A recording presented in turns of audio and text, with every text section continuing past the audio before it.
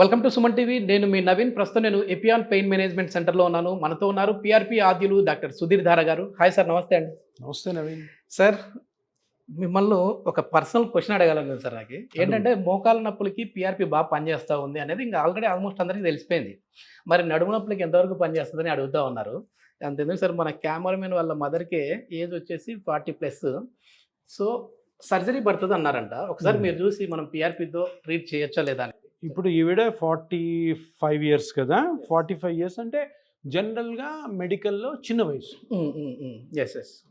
ఇప్పుడు ఈవిడికి పెద్ద పెద్ద పిల్లలు ఉన్నా కూడాను 45 years మెడికల్గా చాలా చిన్న వయసు. ఓకే. ఓల్డ్ ఏజ్ అంటే 80 తర్వాతే. సో ఇప్పుడు బ్యాక్ పెయిన్ ఉంది. బ్యాక్ పెయిన్ ఉండి ఇప్పుడు ఎంఆర్ఐ తీస్తే ఏం చూపిస్తుందంటే disc bulge with bilateral facet arthropathy and L4 L5 disc prolapse causing mild lateral recess right more than left. అంటే ఏంటంటే ఈమెకి 2 ప్రాబ్లమ్స్ ఉన్నాయి.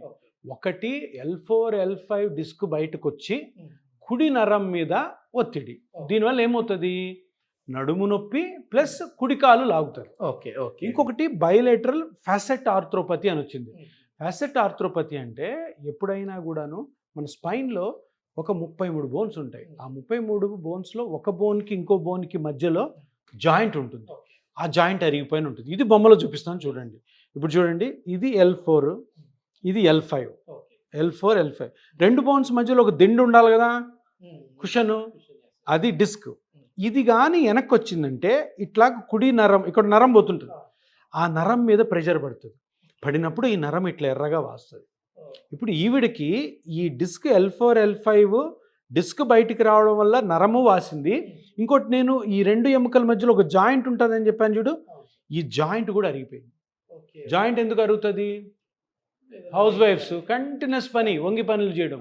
సో ఈ పాయింట్, ఈ జాయింట్కి ట్రీట్మెంట్ కావాలి. ఈ డిస్క్ ఈ నరం మీద పడింది కాబట్టి దీనికి కూడాను ఆ నరం వాపుని తగ్గాలి. సో జనరల్గా మామూలుగా ఏం చేస్తారు, ఆపరేషన్ చేసి ఈ డిస్క్ని తీసేస్తారు. ఇప్పుడు ఈవిడికి అంత ప్రాబ్లం లేదు. ఇది ఓన్లీ నరం ఒత్తుకుంటుంది కాబట్టి వేరే సిమ్టమ్స్ లేవు ఆపరేషన్కి వెళ్ళడానికి. కాబట్టి బాధ ఉంది కాబట్టి మనము ఈ నరం మీద వాపుని తగ్గించాలి, ప్లస్ ఈ జాయింట్ ఏదైతే అరిగిపోయిందో ఆ అరిగిపోయిన జాయింట్ని కూడా మళ్ళీ నార్మల్ చేయాలి. సో ఈ రెండింటికి కూడాను మనము పిఆర్పి తోటి పేషెంట్ని కంప్లీట్గా రికవర్ చేయాలి. అరిగిన బోన్ కూడా మనం చేయొచ్చా సార్? అరిగిన బోన్ అంటే ఇప్పుడు చిన్న జాయింట్ అని చెప్పాను కదా, జాయింట్లో ఇట్లా స్పేస్ ఉంటుంది. ఓకే. ఇప్పుడు ఏమైంది, ఈ స్పేస్ అరిగిపోయింది. దీని మధ్యలో కూడా చిన్న గుజ్జు ఉంటుంది. దాన్ని మన పిఆర్పి ఆ జాయింట్లో వేయడంతో అది పెంచుతుంది. అక్కడ ఉన్న ఇన్ఫ్లమేషన్ కూడా తగ్గిస్తారు. అదే L3 L4 L5 ఏం అర్థం కాలేదు మాకు అని అడ్డా. L4 L5 కింద డిస్క్ నరం మీద ఒత్తిడి ప్లస్ ఈ జాయింట్ 2 ఉన్నాయి ఇక్కడ ప్రాబ్లమ్స్. ఒకటి నడుము నొప్పి కాజ్ చేస్తుంది, ఇంకొకటి నడుము నొప్పి కాలు మీద గుంజుతుంటుంది. సో అందుకని ఇప్పుడు నడుము నొప్పికి మీరు అడిగినప్పుడు ఈ పిఆర్పి దీనికి కూడా పనిచేస్తుంది అంటే కొన్ని కేసెస్లో తప్పకుండా పనిచేస్తుంది. కానీ అది కరెక్ట్ కనుక్కోవాలి. అన్ని కేసెస్కి పనిచేయదు. సో అన్నిటి కేసులకి ఒకటే మాత్రం అన్నట్టు ఉండదు. సో ఏ కారణంతో అయితే నొప్పి వస్తుందో ఆ కారణానికి ఇన్ కేస్ పిఆర్పి కానీ సూటబుల్ అయితే హ్యాపీగా చేయొచ్చు. కానీ కొద్దిమంది ఊర్లలో కొన్ని అపోహలు ఉంటాయి సార్. ఇప్పుడు ఇంజెక్షన్ అంటేనే స్టీరాయిడ్ ఇంజెక్షన్ కూడా ఉంటాయి. ఏదో కొద్దిమంది అన్క్వాలిఫైడ్ పర్సన్స్ ఊర్లోకి వెళ్ళిపోయి సో అక్కడ వాళ్ళంతకు వాళ్ళే ఇంజక్షన్లు మోకాళ్ళ నొప్పులు అంటే మోకాళ్ళకి ఇస్తూ ఉన్నారు, నడుము నొప్పి అంటే నడుముకి ఇస్తూ ఉన్నారు. దాని తర్వాత వాళ్ళు ఏంటంటే ఇచ్చి వెళ్ళిపోతారు. అక్కడ స్వెల్లింగ్ అయిపోయి అసలు ఆ పార్ట్ మొత్తం తొలగించే పరిస్థితి వస్తూ ఉంది. సో దానికి ఆ ఇంజక్షన్లకి మన పిఆర్పి దానికి డిఫరెన్స్ ఏంటి సార్, తెలియని వాళ్ళ కోసం? స్టిరాయిడ్ అనగానే అది ఒక పెద్ద విషం లాగా, ఒక పాయిజన్ లాగా మొత్తం మన కంట్రీ అంతా అనుకుంటారు. అది స్టిరాయిడ్ స్టిరాయిడ్ అని. స్టిరాయిడ్ యాక్చువల్గా చాలా మంచిది, కాకపోతే మిస్యూజ్ అయిపోయింది. ఓకే. ఎంత డోసులో ఎంత అద్భుతమైన ట్యాబ్లెట్, అద్భుతమైన ఇంజెక్షన్ అంటే కరెక్ట్గా యూజ్ చేస్తే చాలా బాగా పనిచేస్తుంది అనమాట. ఎందుకంటే టెంపరీగా పనిచేస్తుంది. సో ఇది ఏమైంది, పురాతన కాలం నుంచి స్టెరాయిడ్ వాడడము, ఎంబీబీఎస్ డాక్టర్లు వాడడము, తర్వాత లోకల్ డాక్టర్స్ ఆర్ఎంపీలు ఎవరైతే వాడుతున్నారో దానివల్ల ఏమైందంటే అది కరెక్ట్గా యూజ్ చేస్తే బాగానే పోతుంది. అది మిస్యూజ్ అయింది అనుకోండి, ఆ స్టెరాయిడ్ వల్ల లాంగ్ టర్మ్లో వచ్చే కాంప్లికేషన్స్ ఎక్కువ ఉంటాయి. అంటే ఇప్పుడు ఒక స్టెరాయిడ్ టాబ్లెట్ పెట్టాం వెంటనే నొప్పులు తగ్గిపోతాయి, జాయింట్ పెయిన్లు. అది ఏదో వారమో 10 రోజులు వాడచ్చు, జీవితాంతం వాడతారు. ఎందుకు? మెడికల్ షాప్ పోవడము, ఆ స్టెరాయిడ్ టాబ్లెట్ తెచ్చుకోవడం. లేదు, కొంతమంది అర్హత లేని డాక్టర్లు ఏం చేస్తారు, ఈ స్టెరాయిడ్ ఇంజెక్షన్ మోకాల్లో ఇస్తుంటారు. అది ఎక్కడికో పక్కకి వెళ్ళిపోయింది. నువ్వు చెప్పినట్టు స్వెల్లింగ్ రావడం, సివియర్ పెయిన్ రావడం. ఇంకోటి స్టెరాయిడ్స్ రెగ్యులర్గా కానీ ఎక్కువ టైం కానీ మోకాళ్ళు యూజ్ చేస్తే నొప్పి తగ్గించవచ్చు కానీ అది గుజ్జుని ఇంకా అరగదీసేస్తుంది. Okay okay. సో అందుకని స్టెరాయిడ్ వాడచ్చు, కానీ దానికి లిమిటేషన్స్ ఉన్నాయి. అవసరమైన పర్సన్ చేతిలోనే ఎవరైతే వాడాలో వాళ్ళే వాడాలా, ఎక్కువ కాలం వాడకూడదు. అందుకనే ఇప్పుడు మీరేమంటున్నారు, స్టెరాయిడ్స్కి పిఆర్పికి డిఫరెన్స్. స్టెరాయిడ్ అనేది డ్రగ్, అది ఒక కెమికల్ నుంచి వస్తుంది. పిఆర్పి అనేది మీ బ్లడ్లోంచి వస్తుంది. మీ బ్లడ్లోంచి వచ్చి దానికి సైడ్ ఎఫెక్ట్ ఏముంటుంది, ఏముండదు. ఇంకొకటి పిఆర్పి వల్ల ఏం జరుగుతుంది, ఎక్కడైతే డ్యామేజ్ జరుగుతుందో బాడీలో దాన్ని కరెక్ట్ చేస్తుంది. స్టెరాయిడ్ అట్లా కాదు. స్టెరాయిడ్ లోపలికి వెళ్ళి ఇన్ఫ్లమేషన్ని క్లియర్ చేస్తుంది, కానీ స్టెరాయిడ్ ఏం చేస్తుంది అంటే ఆ కార్టిలేజ్ మీద పడి తినేస్తుంది దాన్ని. సో ఇంకా ఫాస్ట్గా, అంటే 1 నెల 2 నెలలు మంచి రెస్పాన్స్ వస్తుంది, దాని తర్వాత దాని ఎఫెక్ట్ తోటి ఇంకా డ్యామేజ్ ఎక్కువ అవుతుంది.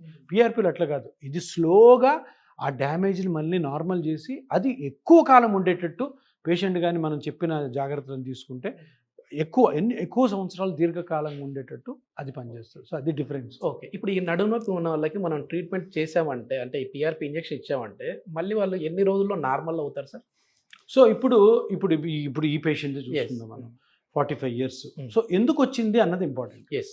ఫస్ట్ ఆఫ్ ఆల్ ఆమె యాక్టివిటీస్ ఏంటి, ఎప్పుడైనా దెబ్బ తగిలిందా, లావుగా ఉందా, లేదంటే ఇతరత్ర ఏదన్నా జర్నీలు చేస్తున్నప్పుడు జారిపడినప్పుడు ఇట్లా వచ్చిందా, అది ఇంపార్టెంట్. ఆమె చేసే పనులు కూడా ఇంపార్టెంట్.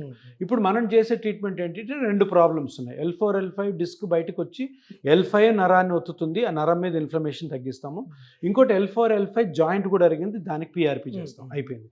ఇమీడియట్ రికవరీ కొంత ఉంటుంది, అంటే 50 to 60% ఇమీడియట్గా ఇంజెక్షన్ చేయగానే ఉంటుంది. దాని తర్వాత నెమ్మదిగా మనం చెప్పిన ఎక్సర్సైజెస్ ప్లస్ జాగ్రత్తలు, ఏ కారణంతో అయితే ఆవిడ ఇప్పుడు సఫర్ అవుతున్నారో ఆ కారణాలన్నిటినీ కనుక్కొని ఏవి కరెక్షన్ చేసుకోవాలి.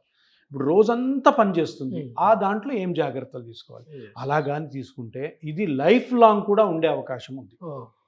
ప్రామిస్ చేయలేము, కానీ ఇప్పుడు ఇది ఒక జబ్బు కాదు, ఇది ఒకటి మనం చేసే పనుల వల్ల జరిగే చేంజ్ కాబట్టి అది మనం మెయింటైన్ చేసుకోవాలి. ఆ మెయింటైన్ చేసుకుంటే ఉండొచ్చు. ఇది తప్పు అని తెలిసినా కూడా మళ్ళీ అదే రూట్లో కానీ ఇండియాలో చేసేవాళ్ళు అంతా అదే. అందరూ ఏమనుకుంటారు, అమ్మో ఏదైనా ఒక ట్రీట్మెంట్ తీసుకుందాము, ఇంకా లైఫ్ లాంగ్ మళ్ళీ నొప్పి రాదు, నా ఇష్టం వచ్చినట్టు నేను పని చేసుకుని, తప్పదు. అట్లా ఏ ట్రీట్మెంట్ ఉండదు. ప్రతి ట్రీట్మెంట్కి రూల్స్ అండ్ రెగ్యులేషన్స్ ఉంటాయి. అవి కరెక్ట్గా డాక్టర్కి తెలియాలి, డాక్టర్ మీకు చెప్పాలి, మీరు అవి తూచా తప్పకుండా చేసేటట్టు డాక్టర్ చూసుకోవాలి. సార్ ఫుడ్ ఎట్లాంటి ఫుడ్ తీసుకోవాలి సార్? అంటే మామూలుగా మీ వీడియో అన్నిట్లలో చెప్తా ఉంటారు, అసలు ముందు అసలు హాస్పిటల్కే వెళ్ళి అవసరం రాకూడదు అంటూ ఉంటారు. అట్లా రాకుండా ఉండాలంటే మన లైఫ్ స్టైల్ ఎట్లా ఉండాలి, ఎట్లాంటి ఫుడ్ తీసుకోవాలి? ఇది ఫుడ్ చాలా చాలా చాలా విధాలుగా చాలా చెడు దారిలో పోతుంది. దీని అంతటికి కారణం ఏంటంటే ఇంకా అందరూ కారణమే దీనికి. ఎక్కడెక్కడైతే ఫుడ్ని కొత్త తరహాగా కొనుక్కొని తింటున్నారు. ఇప్పుడు మీరు ఇంట్లో ఏముంటది, ఊరు నుంచి బియ్యం తెచ్చుకుంటాం, లేదా ఇక్కడ బియ్యం కొనుక్కుంటాం, కందిపప్పు తెచ్చుకుంటాం, కూరగాయలు చుట్టుపక్కల కొనుక్కుంటాం, లేదా మాంసం తినేవాళ్ళు మటన్ ఇంతే. ఇదే మీ ఫుడ్. ఇంతకంటే వేరేదేం కొనొద్దు, వేరేదేం తినొద్దు. ఏది తిన్నా డబ్బులు పోతే ఆరోగ్యం పోతుంది. పిజ్జాలు బర్గర్లు ఎప్పుడైనా ఒక రోజు తినండి, ఎప్పుడైనా వీక్లీ వన్స్ మనకి ఏదో తినాలనిపిస్తుంది, స్విగ్గీలో కానీ ఎవ్రీడే తినడం లేదు. కొంతమంది ఈ కమర్షియల్గా కొన్ని ఫుడ్స్ ఇవి హెల్త్కి చాలా మంచివి అంటారు చూడండి, వాటిని వేలు కొనుక్కొని మరి తింటున్నారు చూడండి, వేల డబ్బులు పోతాయి, మీ ఆరోగ్యం చెడిపోతుంది. ఎందుకంటే అది తినడంతో మనం రొటీన్గా చిన్నప్పటి నుంచి తింటున్న ఏదైతే బాడీ అలవాటైన ఫుడ్ తినరు. సో న్యూట్రిషన్ కంప్లీట్గా లాస్ అవుతుంది.